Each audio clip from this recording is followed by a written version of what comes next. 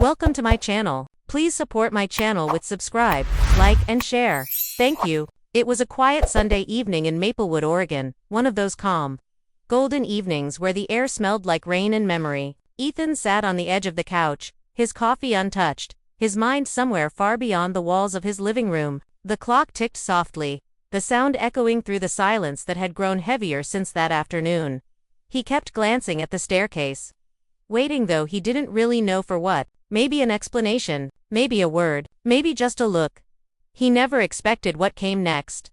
A few moments later, he heard slow footsteps. When he looked up, she was there, Claire, his wife of 7 years, coming down the stairs barefoot, her hair tied loosely, her eyes red but steady. She was holding something in her hands, a small glass jar, the kind people used for preserves or candles. Inside it, faintly glowing in the evening light, were folded pieces of paper. Ethan frowned. "Claire, what's that?" She didn't answer right away. She stopped on the last step, her fingers wrapped tightly around the jar as if it were something fragile or maybe something sacred. "This," she said softly, "is everything I never said to you?" Her voice trembled, and in that moment, the air shifted between them, heavy with history, love, and something else that had been quietly slipping away for months. Ethan stood slowly, unsure of what to say. He'd known for a while that things between them weren't the same. Conversations had turned into small talk. Dinners had grown quieter. They had become, in some painful way, polite strangers who shared the same address. "What do you mean?" he asked, taking a small step toward her. Claire smiled faintly, that sad, knowing kind of smile that hides more than it shows. "Remember when we used to leave notes for each other? Little things, reminders, jokes, I love you." He nodded, remembering, back when love came easy, and laughter lived in every corner of their home. "I started writing again," she said, lifting the jar a little. "Every time I wanted to tell you something, but didn't know how. I wrote it down and put it in here." Ethan stared at the jar, speechless. There must have been dozens of notes inside, some old, some new, some written in anger, maybe, or sadness, some written in love. He took a slow breath. "Why are you showing me this now?" Claire looked at him, her eyes glistening. "Because today, I almost threw it away." The words hit him like a quiet storm. She walked past him and placed the jar on the coffee table between them. For a moment, neither of them spoke. The sound of rain starting outside filled the silence, gentle and constant. "Claire," Ethan said softly, his voice cracking, "I didn't know you felt this way. I thought we were just busy." "Busy," she repeated, shaking her head. "Ethan, we stopped talking. We stopped listening. I felt like I was disappearing inside this house. So, I started writing just to remember what my heart used to sound like." Her honesty was both beautiful and painful. Ethan sat down slowly, his hands clasped, his mind racing through memories, the late night walks, the laughter, the way she used to fall asleep on his shoulder during movies. Somewhere along the line, love had become quiet, too quiet. He reached for the jar, hesitated, then looked up at her. "Can I read them?" Claire shook her head gently. "Not yet." "Then why bring it down?" he asked. "Because," she said, taking a deep breath, "I need to decide whether to start over with you, or finally let go." The room felt smaller suddenly. The rain grew louder. Ethan's chest tightened, not from anger, but from realization. He had missed all the small signs that she had been slipping away. "I didn't know," he whispered. "I know you didn't," she said softly. "You were trying in your own way. Work, responsibilities. I saw it, but I needed you, not just the things you do for us." For the first time in months, her words broke through his silence. He stood up, walked to the window, and looked out at the rain streaking the glass. "Claire, if you haven't thrown it away yet, maybe it means part of you still wants this." When he turned back, she was looking down at the jar, her fingers tracing its rim. "Maybe," she murmured, "or maybe I'm just not ready to say goodbye." Their eyes met, and in that fragile, unspoken exchange, something stirred. Not the old love that once burned bright, but the possibility of something new, something honest. The moment hung in the air, heavy with what could be. Ethan took a slow step closer. "Then, let's start with one note. Just one." Claire looked at him, uncertain. "Which one?" "The first one," he said quietly. "Let me hear what your heart wanted to say back then." She hesitated, then unscrewed the lid. Her hands trembled slightly as she reached inside and unfolded a small, faded piece of paper. Her eyes moved across the words, and a faint tear slipped down her cheek. "What does it say?" he asked gently. She looked up at him, her voice barely a whisper. It says, "I miss the way you used to look at me like I was your whole world." Ethan's breath caught. For the first time in a long while, he truly looked at her, not as someone he'd grown used to, but as the woman he had once fallen deeply in love with. He took her hand, his thumb brushing against hers, and said softly, "Then maybe tonight, I'll start looking at you that way again." Claire didn't reply, but the way she held his hand said everything. And there, between the rain and the soft glow of the living room light, something fragile began to mend. But what Ethan didn't know, what would change everything, was that inside that jar wasn't just love letters. One of those notes held a truth that would test their hearts in ways they never expected. The next morning, the house felt different, quieter, but not cold. There was a soft warmth in the air, like something fragile had been awakened overnight. Ethan woke up earlier than usual. He found himself standing by the kitchen window, watching the morning fog drift over the garden Claire had once loved tending. The jar sat on the counter, untouched since last night. He couldn't stop thinking about it, those folded papers, each one holding a piece of her heart he'd never heard. When Claire walked in, she looked surprised to see him awake and dressed. She had that sleepy look he used to adore, hair messy, eyes soft, wearing his old flannel shirt. "Morning," he said quietly. "Morning," she replied, reaching for the coffee pot. For a few seconds, it was almost like old times. The small pauses, the smell of coffee, the sound of mugs clinking. But then her eyes landed on the jar, and the moment changed. "Couldn't sleep?" she asked. He shook his head. "Not really. I kept thinking about what you said last night." Claire poured herself some coffee and leaned against the counter. "About what?" "That you weren't sure whether to start over or let go." She looked down, her fingers tracing the mug handle. "Yeah, I meant that." Ethan nodded slowly. "I get it now. I really do. But Claire, before you decide, can I at least know what else is in there?" She hesitated. "Some of it might hurt to read." "Ethan." "Maybe it should," he said softly. "Maybe that's the only way to understand how far we drifted." For a long moment, she just stared at the jar. Then, quietly, she opened it again. She pulled out another folded paper, this one newer, written in blue ink. She unfolded it carefully, her lips pressing into a thin line as she read. "This one was from last winter," she said, her voice faint. "It says, I wish he'd noticed that I've stopped waiting up for him." Ethan closed his eyes for a moment. He remembered that winter he'd been buried in work, taking calls late into the night, missing dinners, missing her. "I didn't realize how lonely it had gotten for you," he said. Claire looked at him then.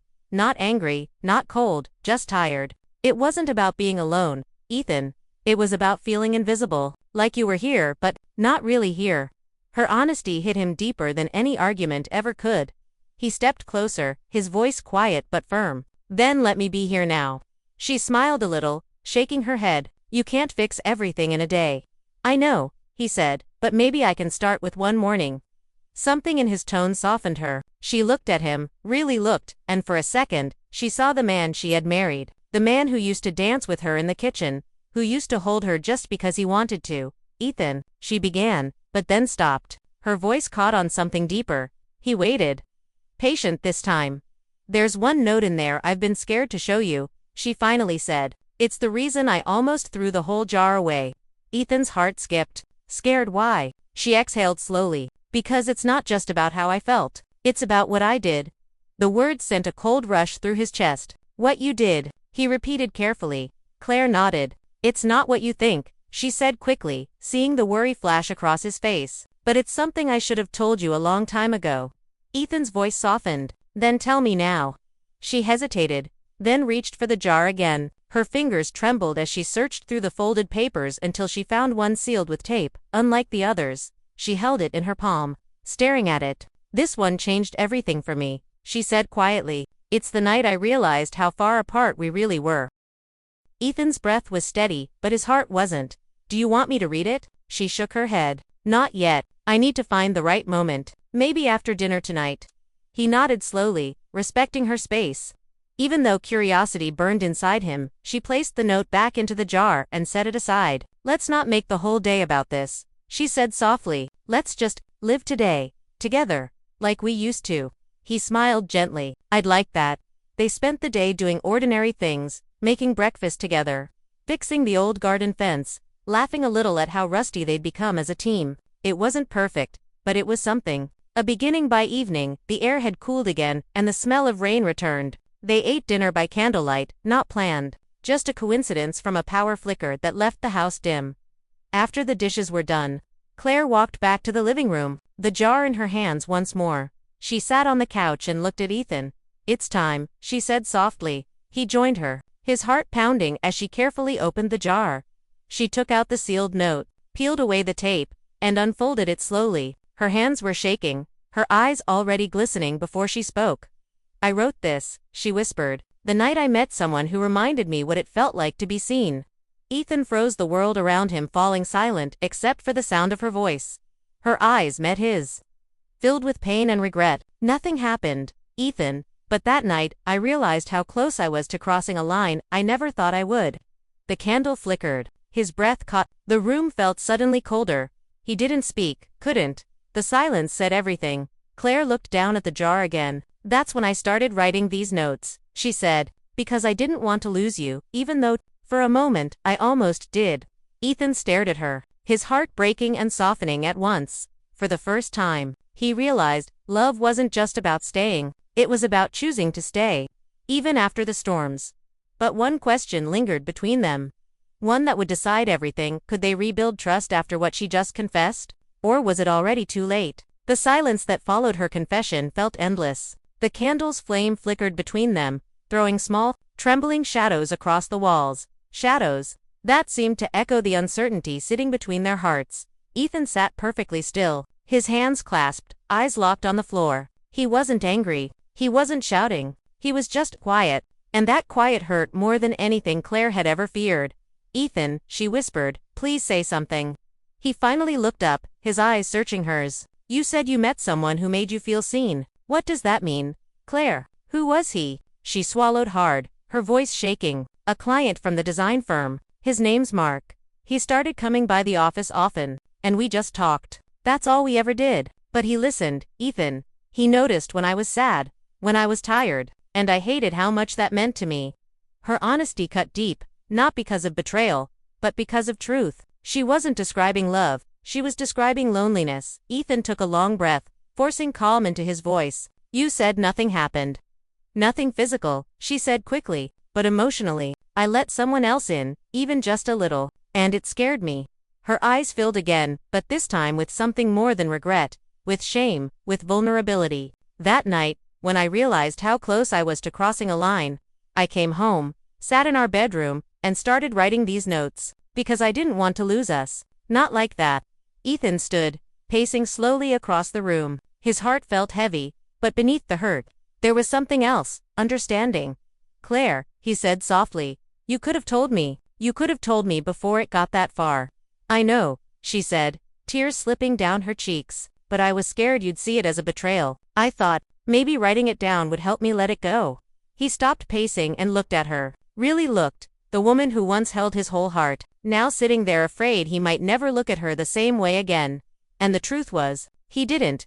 But maybe, he thought, that wasn't entirely bad. Maybe he was seeing her more honestly than ever before. He sat back down beside her, his voice gentle. "I don't know what to say, Claire, but I do know one thing, we can't keep pretending everything's fine. If we want to find our way back, we've got to face what broke us." She nodded, wiping her tears. "I know. That's why I brought the jar down. I was tired of pretending." Ethan reached for the jar and pulled out one of the smaller notes. "Then, maybe," he said softly, "it's time to read these together." Claire hesitated, but then nodded. "Okay." He unfolded the note and read aloud. "He doesn't ask how my day was anymore. And maybe that shouldn't hurt as much as it does."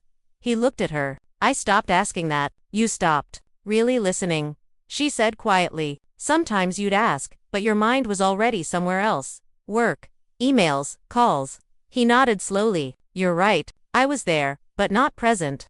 She smiled faintly through her tears. "And I stopped trying. I guess we both drifted away one small choice at a time." They sat in silence again.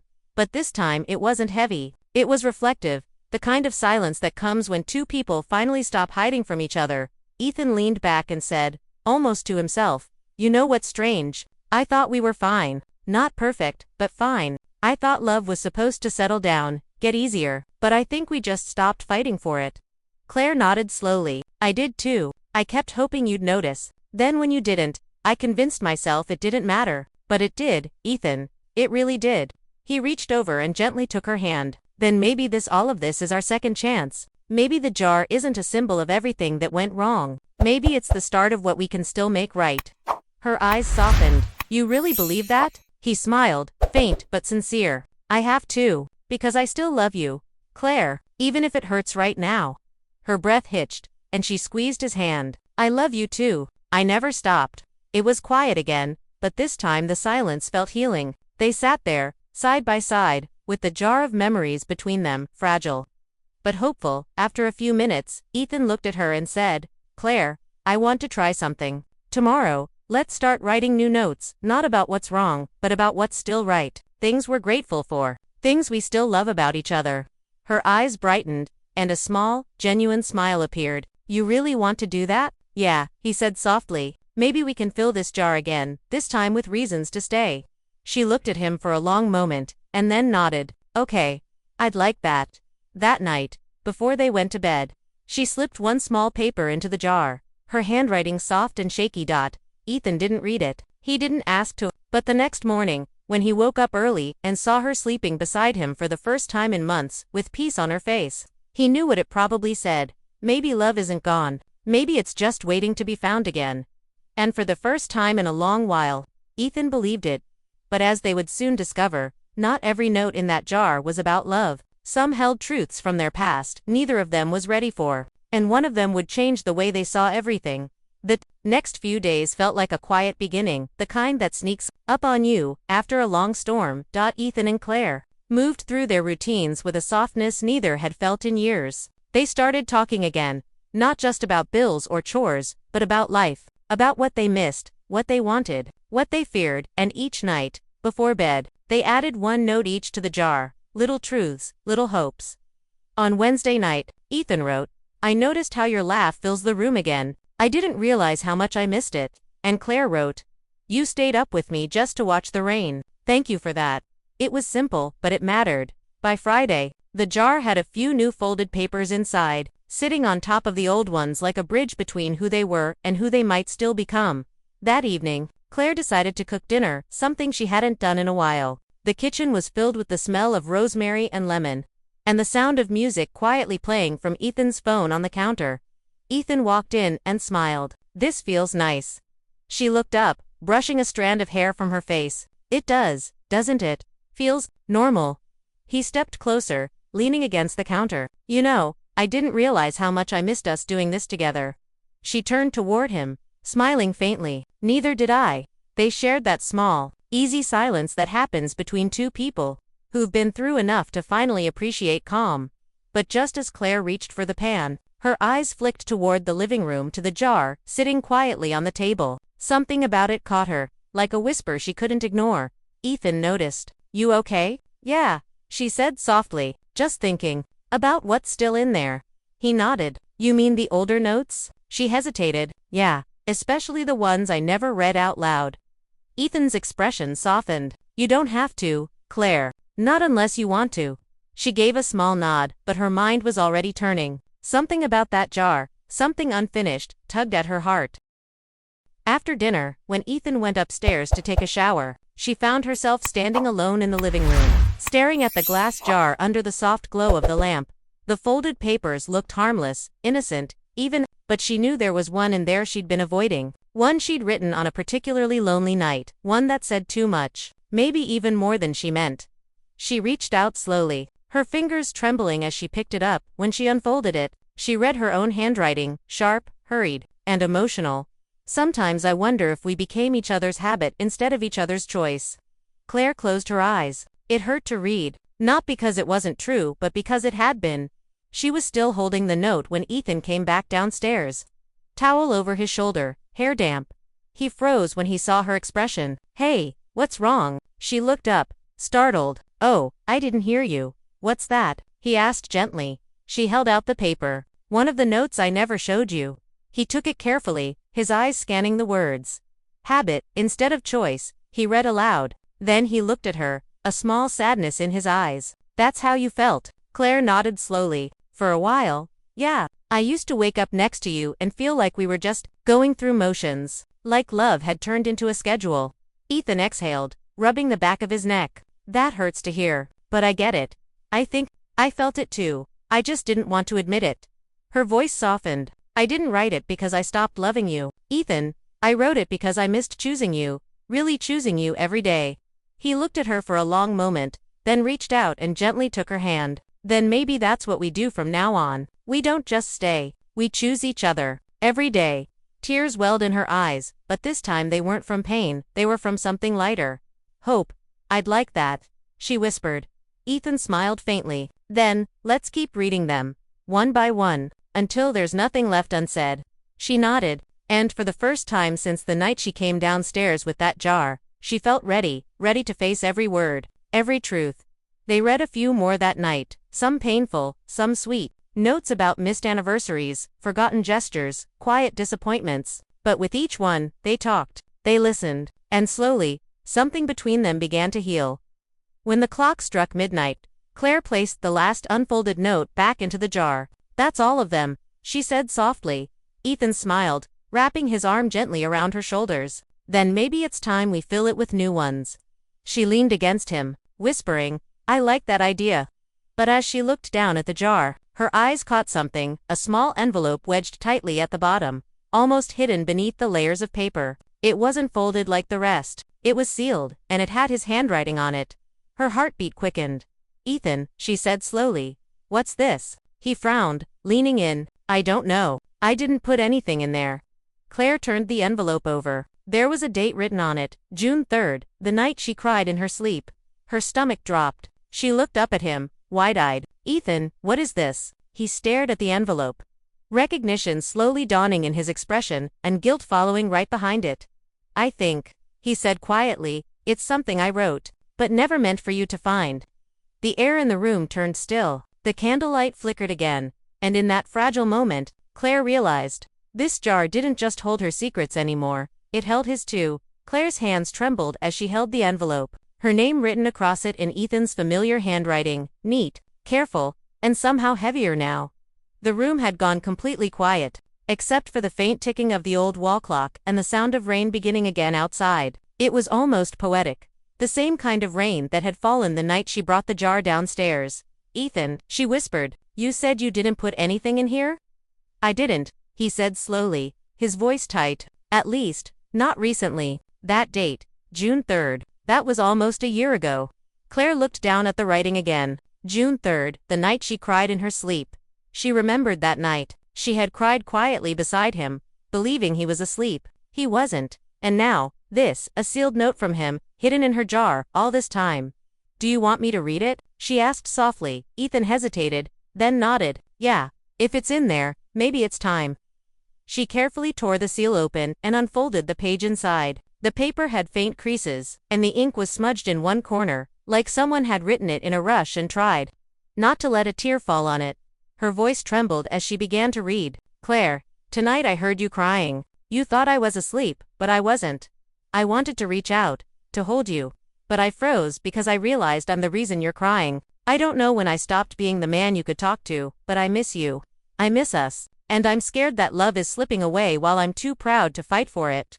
Claire stopped reading. Her lips parted slightly, but no sound came out. Tears welled in her eyes, quiet, disbelieving tears. Ethan stared at the floor, his voice barely a whisper. I remember writing that. You were turned away from me, and I could hear you trying not to make a sound. I wanted to wake you up, but something stopped me. I felt ashamed. Like I'd already failed you. Claire pressed her hand to her mouth. You never said anything. I didn't know how, he said softly. You were already slipping away, and I thought maybe, if I stayed silent, we could avoid another argument. I didn't realize silence was exactly what was breaking us. Her tears fell freely now, but there was no anger in them. Only heartbreak and understanding. She looked down at the letter again and continued reading aloud, her voice cracking. If someday you read this, I hope it's because we found our way back, because you smiled again, because we remembered that love isn't something that fades, it's something you rebuild every time it breaks. When she finished, the paper slipped from her hands and fluttered onto the table between them. For a long time, neither of them spoke. The rain against the windows sounded, like quiet applause for a truth that had finally been spoken aloud. Ethan finally broke the silence. I guess we were both writing to the same ghost. The version of us we were afraid was gone. Claire nodded through her tears. Maybe we weren't as lost as we thought. He reached across the table, his hand finding hers. Claire, I meant every word in that note. And if you'll let me, I want to prove it, not by saying the right things, but by showing you. Every day. She looked at him, the man she had almost given up on, the man she had almost lost, and whispered, "You already started." He smiled faintly, squeezing her hand. Then she said something he didn't expect. "There's one more thing I want to do with this jar." Ethan tilted his head. "What's that?" "I want to empty it," she said gently. "Tonight." He looked at her, unsure. "You mean, throw everything away?" She shook her head, her eyes soft but certain. "Not throw away. Let go. Every note, every hurt, every moment we couldn't say out loud. We already lived them. We faced them. Now, I want to make space for what's next." He nodded slowly, emotion swelling in his chest. "Okay, let's do it together." They carried the jar to the porch, where the rain had softened to a mist. The porch light glowed warm against the night air. Claire set the jar down on the wooden railing, and together, they began taking out the papers one by one. Some they read quietly and smiled, others they crumpled gently, letting the wind take them. Each note that left their hands felt like a small forgiveness. When the jar was finally empty, Claire turned to Ethan and said softly, "There, it's done." He wrapped his arm around her shoulders, pulling her close as they watched the last of the papers drift into the dark. "Feels lighter," she whispered. He smiled. "So do you?" For a long time, they stood there in silence, just two people who had once nearly lost each other, now standing in the rain, holding on. And yet, just as the moment seemed to settle, Claire looked down at the empty jar and noticed something she hadn't before. A tiny folded note tucked under the rim of the lid. It wasn't hers. It wasn't Ethan's handwriting either. Her heart skipped. "Wait, there's one more." Ethan frowned, confused. "What? That's impossible." She opened it slowly. The paper was old, older than the others, and on it were just a few words, written in delicate cursive. "Love doesn't disappear. It changes form." She looked up at Ethan, her voice barely above a whisper. "This isn't mine." He took the note, studying it. "It's not mine either. I've never seen this handwriting." They stared at each other, startled, curious, and deeply moved. "Then where did it come from?" Claire asked softly. Ethan smiled faintly, a thoughtful look in his eyes. "Maybe it doesn't matter. Maybe it's just the truth we needed to hear." The rain eased, the night grew still, and they both looked down at the now empty jar, not as a container of pain, but as a symbol of survival. For the first time in a long while, both of them smiled real smiles, the kind that come after forgiveness. But what neither of them knew was that this mysterious note, the one with no name, would lead them to something unexpected the next morning. Something that would reveal where the jar really came from. The morning sunlight crept gently across the wooden floor, chasing away the last traces of rain. Claire woke to the smell of coffee and the faint hum of the radio, the kind of morning sound that made their house finally feel alive again. Ethan was in the kitchen, humming softly as he poured her a cup. When she walked in, wearing his sweater and a sleepy smile, he looked up and said, "Morning. How's my favorite note collector?" She chuckled. "Empty jar, remember?" He grinned. "Maybe for now, but something tells me it's not done with us yet." They sat together at the small breakfast table, the jar now sitting between them, clean, empty, catching the sunlight. Inside, only one thing remained, that mysterious note from last night. Claire picked it up again, reading the words quietly. "Love doesn't disappear. It changes form." The handwriting was old-fashioned, delicate, like something from another time.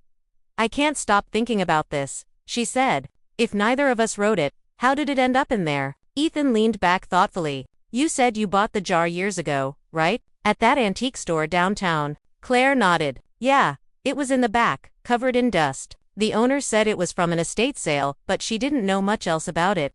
Ethan smiled softly. Maybe it already had a story before it found us. That thought lingered between them, simple but comforting. After breakfast, Claire picked up the jar and turned it over. On the bottom, faintly etched in the glass, were small initials, MH and LH-1974. She gasped quietly. "Ethan, look." He took it from her hands, squinting at the engraving. MH and LH. Maybe a couple's initials. "Maybe," she said softly, "maybe this was their jar." She smiled faintly, the idea warming her heart. Maybe they used it like we did, to write down what they couldn't say out loud. Maybe it carried their story before it became part of ours. Ethan's expression softened. Then whoever they were, they left something behind that helped us find each other again. Claire nodded, her eyes glistening. Love doesn't disappear. It changes form. They both fell quiet, letting the words settle, realizing that maybe the jar wasn't just a random thing she'd bought. Maybe it had been waiting for them all along. Ethan reached across the table, taking her hand. Claire, he said gently, I know we can't erase everything that happened, but we can build something better. Not perfect, just honest. She squeezed his hand, smiling. That's all I ever wanted. He stood, pulling her up with him. Then come on, let's start again. Start what? She asked, smiling through tears. He motioned toward the counter. A new jar, a new beginning. She looked at him, warmth spreading through her chest. You mean? He nodded. A gratitude jar. This time, we fill it with things we love about each other, not the things we've lost, the things we still have. Claire's eyes softened, tears shimmering as she whispered, You really thought about this, didn't you? I did, he said, because love changes form, and this is ours now. She leaned into him, resting her head against his chest. You know, Ethan, I think MH&LH would be happy their jar found its way here. He smiled. Yeah, maybe they would. They spent the rest of the morning writing their first new notes, small, sincere truths. Claire's note read, He still makes me laugh when I least expect it, Ethan said. She stayed, even when it was hard. They dropped the notes into the clean jar and sealed it with a soft click. Later that afternoon, Claire placed the jar back on the living room shelf, the same spot where it had once sat, full of silence and pain. Now, it shimmered in the light, quietly full of hope. That evening, as the sun set over Maplewood, Ethan and Claire sat together on the porch swing, a blanket over their laps, hands intertwined. The wind was gentle, the world still, and for the first time in a long while, neither of them felt the need to fill the silence. Ethan turned to her and said softly, You know, when you came downstairs holding that jar that night, I thought it was the end of us. Claire smiled, her eyes warm. Funny, I thought it was too, but maybe it was just the beginning. He smiled. Guess sometimes love comes back wearing a different face. She leaned in closer. Maybe it never left at all. The porch light flickered on as the sky deepened to gold and blue. Inside, the jar caught the last rays of sunlight. A small reminder that even broken things can shine again. And as the night settled around them, Ethan and Claire sat quietly, knowing that love hadn't disappeared. It had simply changed form. The end.